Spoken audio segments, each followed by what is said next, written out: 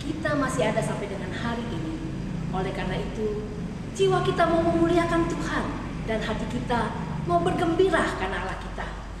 Kami mau bangkit Tuhan dari keterburukan kami. Kami mau bangkit Tuhan dari keputusasaan kami. Biarlah Tuhan, mata kami memandang keselamatan daripadamu. Sebab Tuhan, Engkaulah satu-satunya penolong kami yang hidup. Biarlah Tuhan, pada saat ini, di waktu hening kami, di waktu teduh kami hari ini, kami berjumpa dengan Tuhan. Amin. Yesus hidup. Dialah penolong kita, Dialah junjungan kita. Di dalam keseharian kita, ingatlah, Tuhan Yesus hidup. Menyanyilah umatnya, pujilah namanya. NKB 87, bait pertama dan yang ketiga, kita nyanyikan bersama.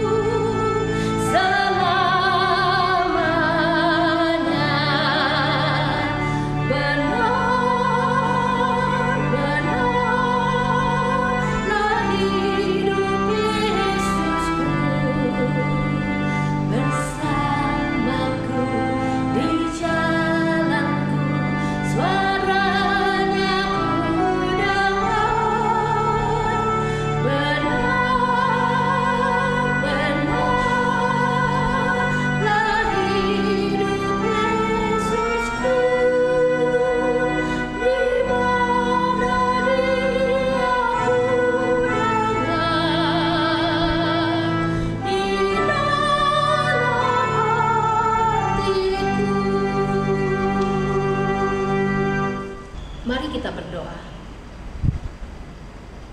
Tuhan Yesus, Tuhan kami yang hidup, Allah kami yang berkuasa, yang menolong dan mengasihi kami. Biarlah Tuhan Kau mengingatkan kami senantiasa. Tuhan Yesus hidup, Tuhan Yesus bangkit. Biarlah Tuhan kami juga mau bangkit dari keterpurukan kami karena pandemi ini.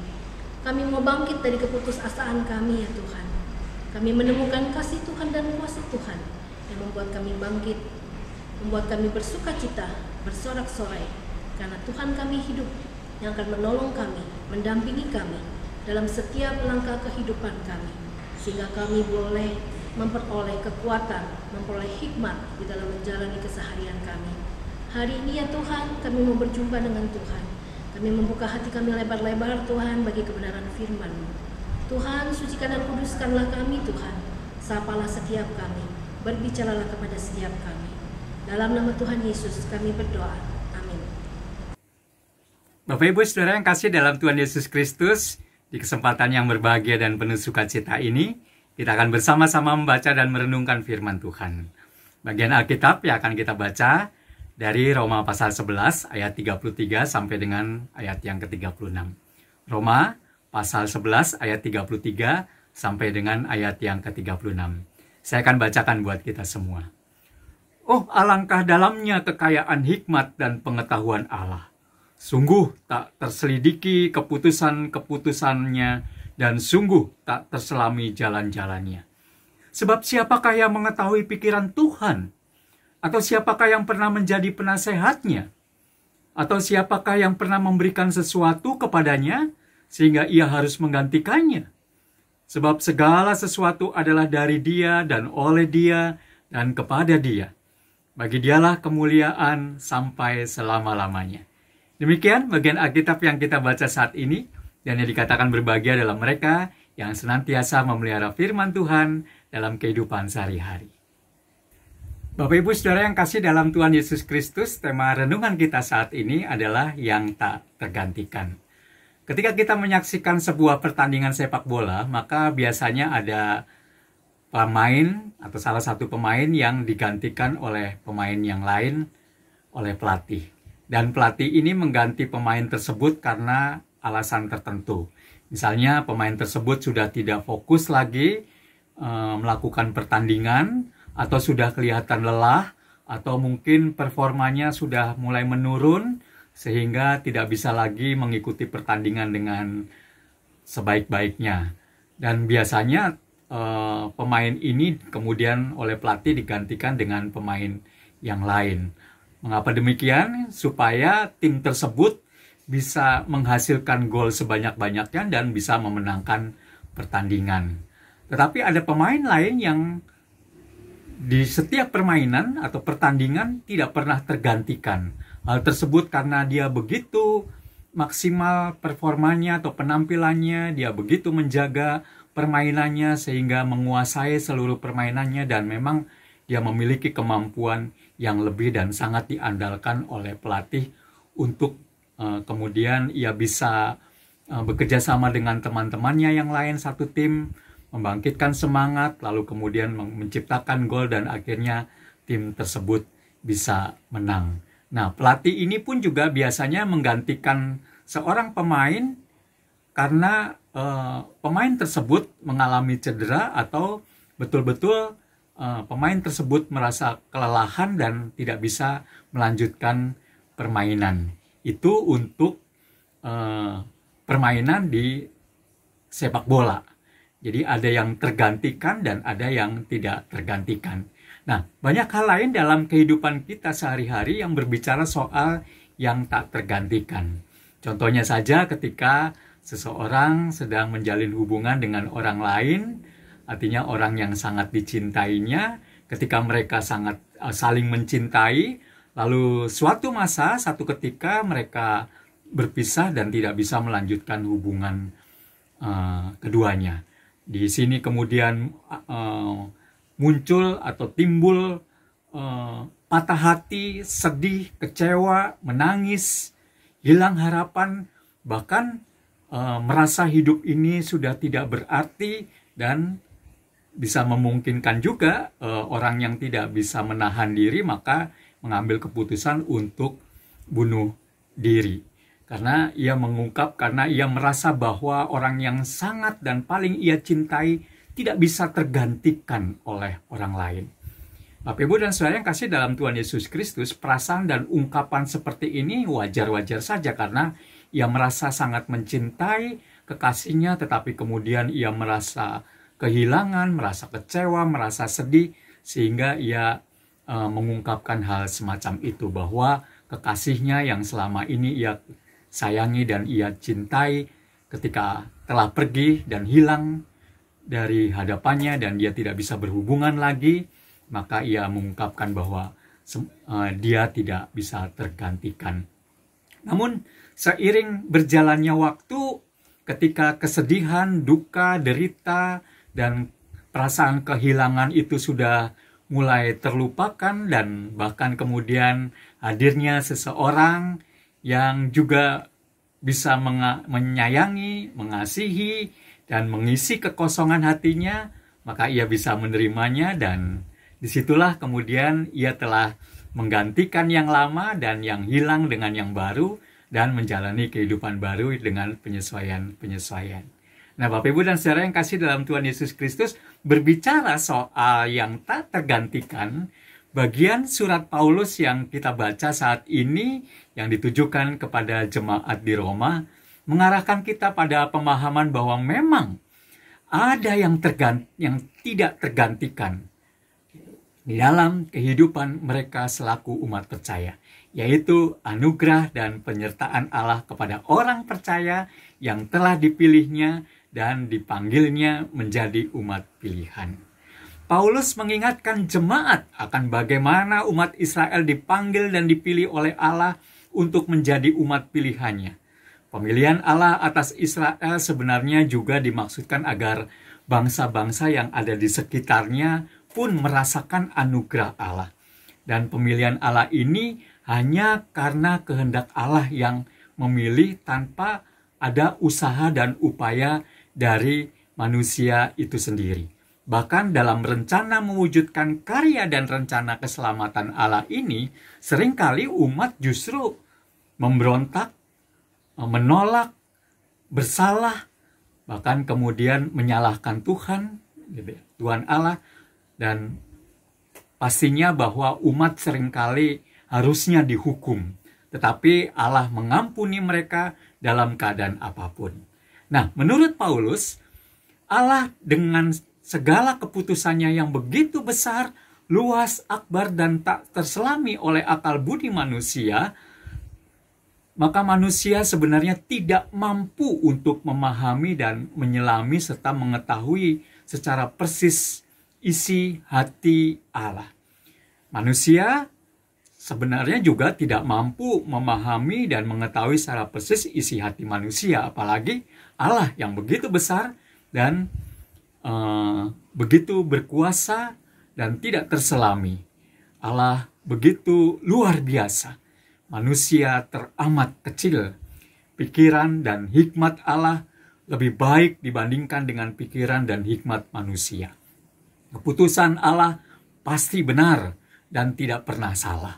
Nah, di sini Paulus mengajak jemaat Roma untuk bersyukur di hadapan Allah, dan manusia hanya bisa terpana dan mengaguminya dengan penuh hormat. Jadi yang bisa dilakukan oleh manusia hanyalah bersyukur, datang kepada Tuhan dengan kekaguman, dengan kehormatan yang luar biasa, karena Allah begitu luar biasa dan maha besar. Dan Bapak, Ibu, dan Saudara yang kasih dalam Tuhan Yesus Kristus, mungkin dalam satu kesempatan di dalam kita berhubungan dengan seseorang atau ketika kita berjumpa dengan seseorang, ada yang mengungkapkan bahwa saya tahu hati dan pikiranmu, apa yang menjadi keinginanmu. Saya mengetahui dan saya juga tahu apa yang kamu inginkan saat ini. Nah, Bapak, Ibu, dan Saudara yang kasih dalam Tuhan Yesus Kristus, ya bisa saja orang tersebut menyatakan atau mengatakan hal semacam itu ketika seolah-olah ia merasa bisa membaca pikiran orang lain, mengetahui pikiran orang lain, bahwa sebenarnya sesungguhnya ketika ia menyatakan itu ada maksud lain dari pernyataan tersebut. Nah, Bapak, Ibu, dan Saudara yang kasih dalam Tuhan Yesus Kristus, dalam kehidupan kita sebagai keluarga, kita juga diingatkan untuk tidak menggantikan kasih pimpinan dan pemeliharaan serta campur tangan Allah di dalam Kristus dengan hal-hal yang lain di dalam kehidupan kita. Kesenangan, kesuksesan, dan kemakmuran yang kita raih tidak menggantikan rasa syukur kita, karena itu adalah anugerah Allah. Demikian pula sebaliknya, ketika derita, duka, malapetaka, kemalangan, serta persoalan-persoalan yang berat yang sedang kita hadapi, yang kita alami di dalam hidup ini, maka kekuatan dan penghiburan yang dari Tuhan tidak tergantikan dengan kekecewaan, kesedihan, rasa marah, karena seolah-olah Allah membiarkan kita. Nah, Bapak, Ibu, dan Saudara yang kasih dalam Tuhan Yesus Kristus, kiranya renungan kita saat ini di dalam rangkaian doa keluarga selalu mengingatkan kepada kita bahwa firman Tuhan akan menjadi janji iman kita ketika kita menyatakan bahwa segala sesuatu adalah dari Dia dan oleh Dia dan kepada Dia. Bagi Dialah kemuliaan sampai selama-lamanya.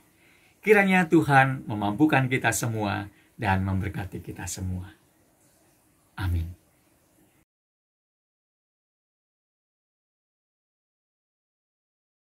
Mari Bapak Ibu Saudara yang terkasih di dalam Tuhan, saat ini kita akan menaikkan syafaat kita untuk mendoakan pelaksanaan PON yang saat ini sedang berlangsung di Papua. Mari kita berdoa.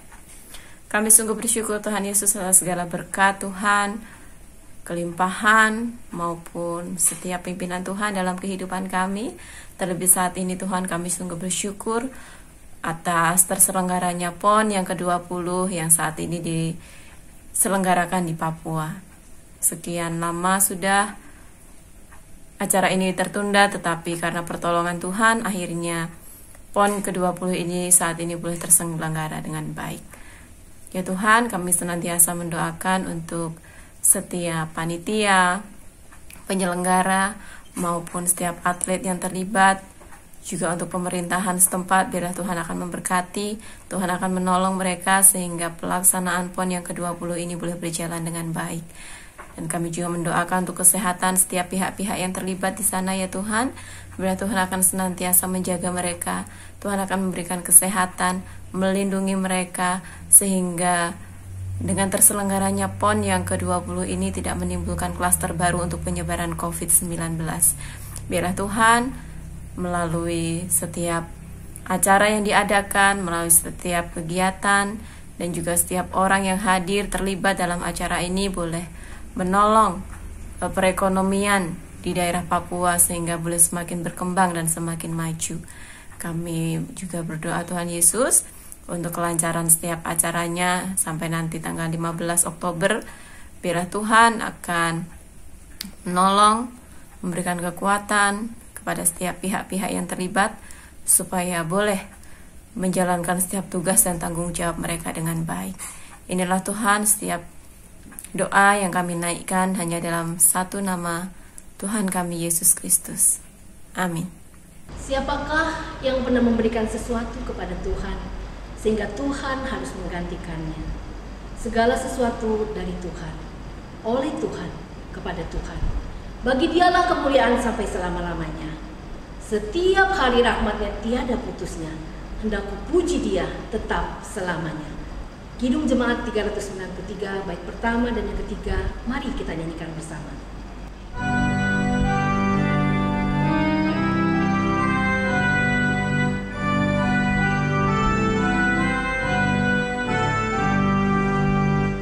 hidup